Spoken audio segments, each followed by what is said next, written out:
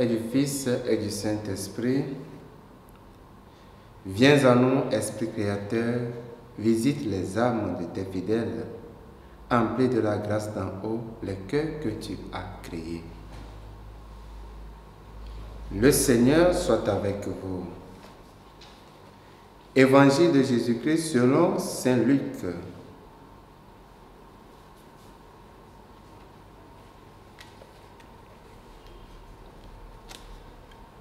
Le même jour, c'est-à-dire le premier jour de la semaine, 2 disciples faisaient route vers un village appelé Emmaüs, à 2 heures de marche de Jérusalem, et ils parlaient entre eux de tout ce qui s'était passé. Or, tandis qu'ils s'entretenaient et s'interrogeaient, Jésus lui-même s'approcha et il marchait avec eux. Mais leurs yeux étaient empêchés de le reconnaître. Jésus leur dit: « De quoi discutez-vous en marchant ?» Alors, ils s'arrêtèrent tout tristes. L'un des deux, nommé Cléophas, lui répondit: « Tu es bien le seul étranger résidant à Jérusalem qui ignore les événements de ces jours-ci. » Il leur dit: « Quel événement ?» Ils lui répondirent: « Ce qui est arrivé à Jésus de Nazareth, cet homme qui était un prophète puissant par ses actes et ses paroles devant Dieu et devant tout le peuple. Comment les grands prêtres et nos chefs l'ont livré, ils l'ont fait condamner à mort et ils l'ont crucifié. Nous espérions que c'était lui qui allait délivrer Israël. Mais avec tout cela, voici déjà le 3e jour qui passe depuis que c'est arrivé. À vrai dire, des femmes de notre groupe nous ont remplis de stupeur. Quand dès l'aurore, elles sont allées au tombeau, elles n'ont pas trouvé son corps. Elles sont venues nous dire qu'elles avaient même eu une vision, des anges qui disaient qu'il est vivant.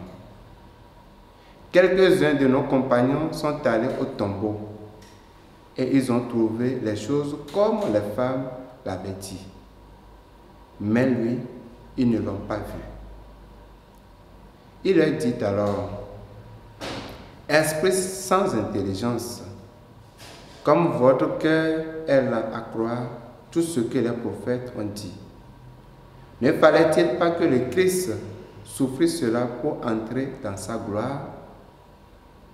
Et pourtant, de Moïse et de tous les prophètes, il leur interpréta dans toute l'Écriture ce qui le concernait. Quand ils s'approchèrent du village où ils se rendaient, Jésus fit semblant d'aller plus loin. Mais ils s'efforçaient de le retenir. « Reste avec nous, car le soir approche, et déjà le jour baisse. » Il entra donc pour rester avec eux. Quand il fut à table avec eux, ayant pris le pain, il prononça la bénédiction, et l'ayant rompu, il le leur donna. Alors leurs yeux s'ouvrirent et ils le reconnurent, mais il disparut à leur regard. Ils se dirent l'un à l'autre: « Notre cœur n'était-il pas brûlant en nous, tandis qu'il nous parlait sur la route et nous ouvrait les Écritures ?» À l'instant même, ils se levèrent et retournèrent à Jérusalem. Ils y trouvèrent réunis les 11 apôtres et leurs compagnons qui leur dirent: « Le Seigneur est réellement ressuscité. il est apparu à Simon-Pierre. À leur tour, il racontait ce qui s'était passé sur la route et comment le Seigneur s'était fait reconnaître par eux à la fraction du pain. Acclamons la parole de Dieu.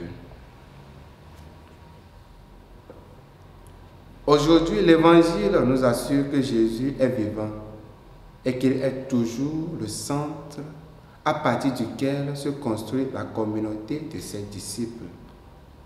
2 disciples faisant route et parlaient entre eux de tout ce qui s'était passé.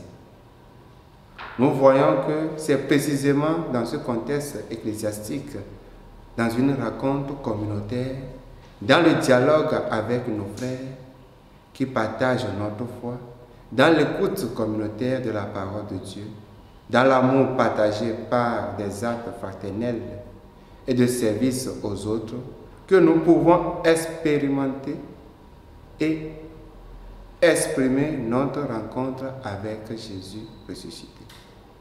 En plus, les disciples n'ont jamais imaginé que cet étranger fut précisément leur maître qui était déjà ressuscité. Pourtant, leur cœur brûlait lorsqu'il leur parlait et leur expliquait les Écritures. La lumière de la parole enlevait la dureté de leur cœur et l'Eucharistie, leurs yeux s'ouvrirent. Ouvrons nos yeux. Chers frères et sœurs, soyons au service de nos frères, soyons assidus aux différents moments communautaires de l'Église et méditons sur la parole de Dieu et participons dignement à l'Eucharistie pour reconnaître la présence de Jésus dans nos vies et ouvrons notre cœur pour lui. Loué soit Jésus-Christ.